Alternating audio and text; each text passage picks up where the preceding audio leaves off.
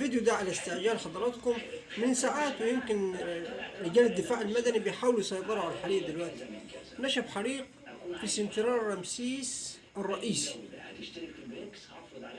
سنترال رمسيس ده حضراتكم يعتبر قلب مصر الاتصالات، لذلك فيها على حد حضراتكم لاحظ ان فيها عطل في بعض ماكينات الاي تي ام او ماكينات منافذ التموين اللي هي مختصه او الانترنت او بعض الشبكات اللي هي زي 011. الامر طبيعي وان شاء الله خير. في حريق شغال من حوالي 5 ساعات او 4 ساعات في سنترال رمسيس في القاهره. سنترال رمسيس حضراتكم ده يعتبر قلب الاتصالات في مصر. تأسس سنة 1925، وأول تليفون عملوا منه الملك فؤاد حضراتكم سنة 1925 من تليفون فضي تقريبا من صناعة شركة أروكسون. أول ألو قلب الاتصالات. في حاليا نتمنى السلامة إن شاء الله للعاملين في سنترال رمسيس، ونتمنى إن شاء الله يتم السيطرة على الحريق، وإن شاء الله الأعطال ترجع. حاليا إن شاء الله يمكن يكونوا رجال الدفاع المدني سيطروا على الحريق.